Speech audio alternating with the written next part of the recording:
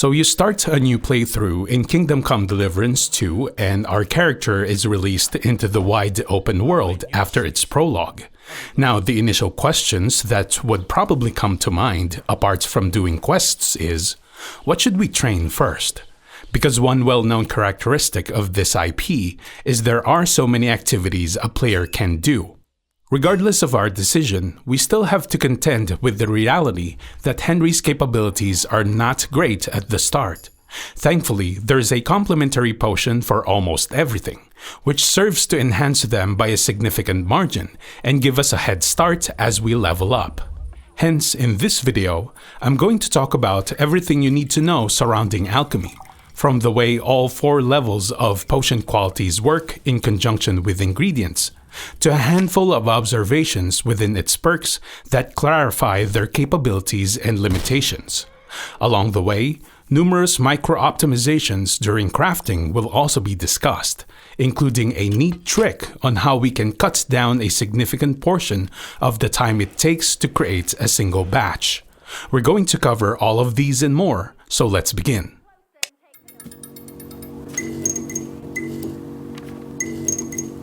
When I started looking into alchemy, an initial puzzle I wanted to solve is the proper timing of when the hourglass should be turned for boiling ingredients. On paper, it should be done when a chosen base officially starts to boil, as evidenced by the spinning reflections. However, if we pay close attention to Bohemia during the tutorial for this, you'll notice she'll react when there's still some sand left at the top. Ain't that enough? Take the cauldron off the flames. This could only mean that our timer must be flipped earlier, and according to my tests, the exact moment we should do so is immediately after smoke appears above the liquid. Notice how Bohemia starts to talk just as the sand runs out. Ain't that enough? Take the cauldron off the flames. It's a very simple and precise signal, but unfortunately it's also unreliable, because there's a visual bug where smoke would not appear at random instances, even when crafting the same kind of potion. So it seems we have to approach this matter from a different angle. Rather than getting hung up on precise timings, I instead considered what's acceptable at Alchemy Skill Level 5, because if a certain action works at that point, it should also translate well down the line as Henry gets better. By default, fresh ingredients can potentially be transformed up to level 3 strong potions if brewed correctly, and I found out that it's perfectly acceptable to turn the hourglass immediately after lowering the cauldron. Our resulting mix would still be what's best possible. So it's not necessary to wait for anything, just spam the right trigger as our character's arms are retracted.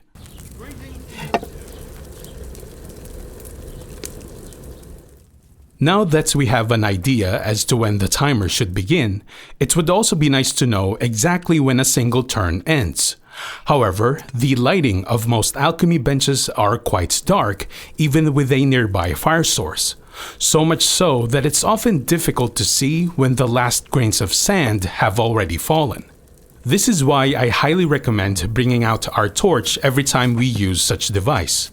Not only will we be able to see everything clearly, there's also an additional benefit to the hourglass, because there's a glint of light that shows up near the choke point every time it's initiated, which also happens to disappear as a turn ends. I've tested this on every alchemy bench across the 2 maps, and I'm delighted to report that such dots of light can be seen on all of them, and is therefore a reliable indicator as long as our torch is active. The only limitation to this is when we have to use the bellows, because the timer's center is concealed from our view by one of its wooden poles while doing that action. To get around this issue, I've also put it through the Skill Level 5 test, and found out that keeping an eye on the sand will no longer be necessary. We just need to count off 8 pumps after initiating the countdown, and it will be considered as one complete turn. In order for these timings to work, however, we must take into consideration that the bellows, hourglass, and cauldron can be interacted upon without looking, so manipulating them as early as possible through their corresponding keys is necessary. The bellows and timer are connected to the left and right triggers respectively. But the cauldron, which supposedly must be looked at first before pressing the 6 o'clock button, can also be moved without doing so by tapping up on the D-pad, which is our preferred method. With these factors in mind, I proceeded to test our established timings by crafting all potions available at the beginning, and sure enough, it's worked as intended, since I always got a strong batch every time. Before we continue our discussion about potion crafting, let's put a spotlight on the herbs and other ingredients. In my opinion, KCD2 players should experience discovering collection spots ourselves, because there's a certain joy to be had in spending time exploring the map and taking a mental note of whatever we find. Since alchemy materials can be found all over the place, it's most likely you'll develop your own favorite gathering zones while being able to identify herbs just by looking at them from a distance. If that's not your thing, well, we can always buy whatever we need from apothecaries and herbalists. But just in case you're interested in doing so, I'm going to share with you my chosen gathering spots around the Trotsky region, so there will be something to work with until more places are added to your list. All of the common herbs can actually be found around Troskowitz. Within the apothecary's allotment alone, there are dedicated plots for marigold, sage, and chamomile near the entrance. Next, those ones in front of their house contain about 12 comfrey, right next to a column of mint, as well as eyebright. Now upon heading outside, right next to their territory is a canal that runs parallel to their fence, where on either side, lots of wormwood can be seen.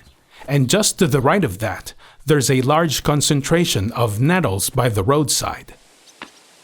Additionally, if we go back to the apothecaries and exit through the rear, right in front of us is a horse ranch where groups of thistles are randomly distributed within. From here, there's a wide open slope with some beehives, where we can pick up valerian as well as dandelions all over the field.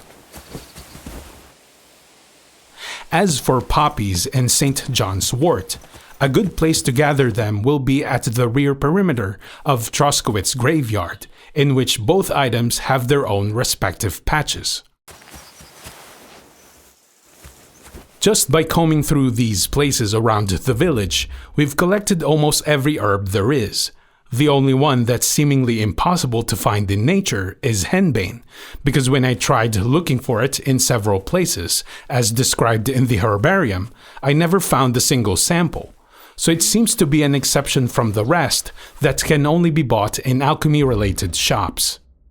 Moving on to belladonna, my first choice for gathering it is right along this stream and portion of woodlands south of Troskowitz. There's a lot of them here, but unlike the others, they tend to be scattered around and is also mildly challenging to spot because of their thin silhouette, so we'll want to slow down to a walk when searching. As for herb Paris, a good place to go looking for it is at Takov, specifically around its waterfall to the south. You can see here that the pool surroundings is teeming with such plant, and at this point, our herb collection is now complete. As for other ingredients, most of them are fairly obvious where they can be acquired. Deer antlers and boar tusks are of course byproducts of hunting, while charcoal can be bought from any blacksmith if a recipe calls for it. Meanwhile, cobwebs are found inside chicken coops just like in the first game, but we need to make sure that we do so out of view from NPCs, since rifling through its contents is considered a crime. On the other hand, fly agaric mushrooms can be retrieved within this patch of woods east of Semin, just below the nearby wheat field. This one is not a personal discovery, by the way, since I first knew about it when Sir Toby stumbled upon them during the third livestream demo prior to KCD2's release, so the credit goes to him. Now that we have the ingredients covered, we can now talk about how they're connected to potion quality. As I've mentioned earlier, fresh herbs can be transformed up to level 3 strong concoctions by default. and if we activate the Secret of Secrets perk, it can climb up to level 4 Henry's type of mixture.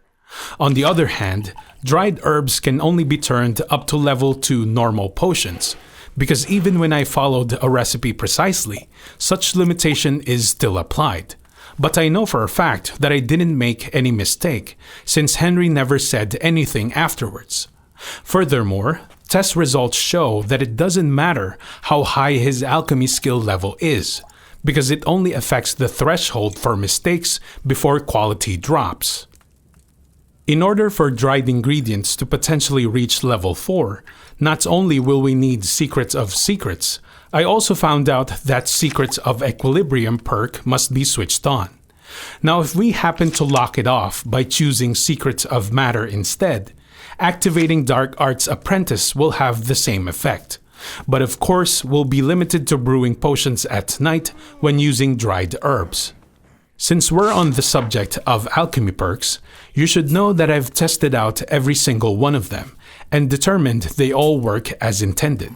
For example, Enthusiast will recover exactly 25 energy per hour in-game while using the bench, which is equivalent to 4 minutes in real life.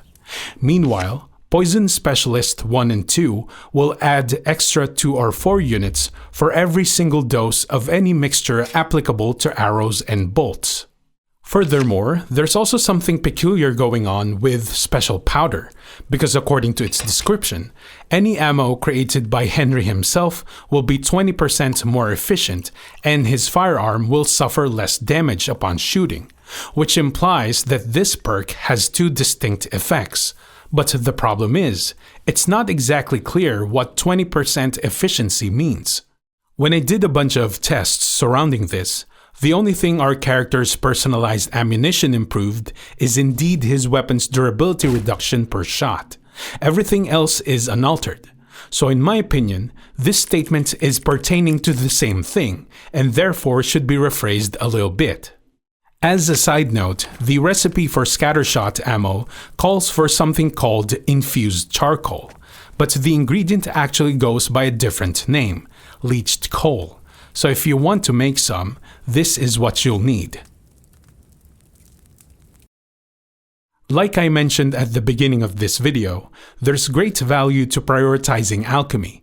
And if a player decides to do that, the question I had in mind is, which potion is the best in terms of skill experience and amount of groschen Henry can potentially earn? Test results show that the amount of XP gained is dependent on the quality of what's been brewed, so normal potions will always give a bit more than weak ones and so on. So we should always strive to get the best result possible. In terms of their price, however, the most obvious choice for gaining wealth is Lethean water, but it has a couple of caveats. First off, the recipe for this is not available at the beginning, but more importantly, one of its ingredients is henbane, which, as we've noted earlier, can only be bought in shops. Hence, it can't be produced in large quantities. The next best thing is lion perfume, which is slightly cheaper per unit, but its recipe is obtainable after the prologue, and they can be created a little bit faster per batch, since it only requires us to boil the ingredients for 2 turns. The only limitation is that it's not covered by Potion Seller perk, which increases a mixture's price by 30% upon handing them over to merchants, and is therefore slightly outperformed by other cheaper concoctions. Out of several types that have a similar selling price, 2 of them can be considered great alternatives to lion perfume, Artemisia and Aqua Vitalis. They take a bit longer to produce since both potions demand 3 boiling turns altogether, but at least their recipes only ask for 2 ingredients consisting of common herbs found everywhere. Artemisia specifically is very accessible to new players, because a free copy of its recipe can be found near the Troskowitz alchemy bench. So a noob Henry who just got past the prologue can immediately start gathering and crafting. The funny thing about brewing potions is that it's a lengthy process where the animation of each step really likes to take its time. But there are useful micro-optimizations for speeding things up a little bit. We already talked about some of them earlier, but another I find to be really useful is the prepare button. While looking at a recipe, we can press and hold the 6 o'clock button, and Henry will automatically arrange its ingredients on the shelf, which is definitely faster than manually selecting through our inventory and bringing them out one by one. Sometimes, I also find it helpful to activate visible crosshair, so we can precisely aim the center of our screen to wherever we need, especially for selecting specific items and when trying to get a file, because its selection zone is very close to the distiller. However, the best trick I want to show you is a method for how we can finish boiling secondary ingredients faster through something I like to call the 40% rule. Typically, after boiling the first one, we raise the cauldron momentarily before including the next and continuing on. But as it turns out, we can skip this portion entirely. The only prerequisite is that secondary ingredients should always be prepared beforehand and placed on the dish. As the first one is about to finish its boiling process, we grab the plate so that Henry is on standby. Once the timer runs out, drop the second ingredient and turn the hourglass one after another. So think about what we just did here. From the moment we started emptying the dish and up until the countdown has been initiated, the clock is already running for our secondary ingredient. Therefore, it's not necessary waiting for all sand grains to transfer at the bottom. According to my experiments, the signal we should look out for will come from the left side of its glass, as visually divided by this wooden pole. When we see that the remaining sand on this section is about 40%, or just below its middle line, that's already one complete turn. So if a specific ingredient only needs a single round, we can safely raise the cauldron at this point. The process is the same for when something needs 2 turns. When the remaining sand on the left side is about 40%, flip the hourglass and wait for it to finish. Once that happens, turn it around one more time until the 40% indicator, and that should complete our 2 turns. This trick will work with any concoction whose secondary ingredient demands boiling, except for those which uses the bellows. As an example, we're going to brew a single batch of strong Artemisia potions with Henry's alchemy skill at level 5. While looking at its recipe, I press and hold the 6 o'clock button to automatically prepare the 2 herbs needed while I pour some spirits. Now before I start boiling the sage, I've pre-prepared the wormwood by having it ground up and placed on the dish.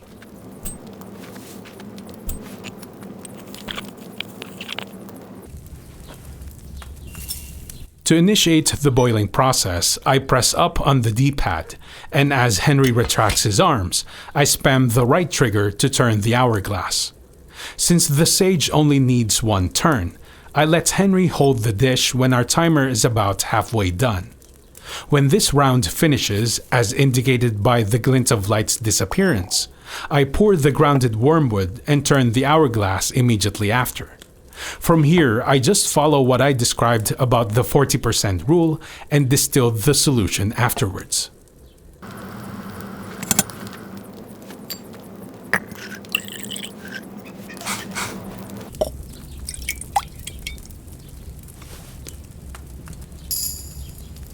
This IP's Alchemy minigame has always been known for requiring players to interact with intense focus and attention to detail, because concoctions can degrade really fast depending on the severity of a mistake. Unlike in the first game, KCD2 no longer has an auto-brew perk to utilize, which means we'll have to maintain those 2 qualities in some capacity regardless of how experienced Henry is. But I really hope that everything you've picked up in this video will make you better at it, resulting in level 4 mixtures as quickly as possible every single time.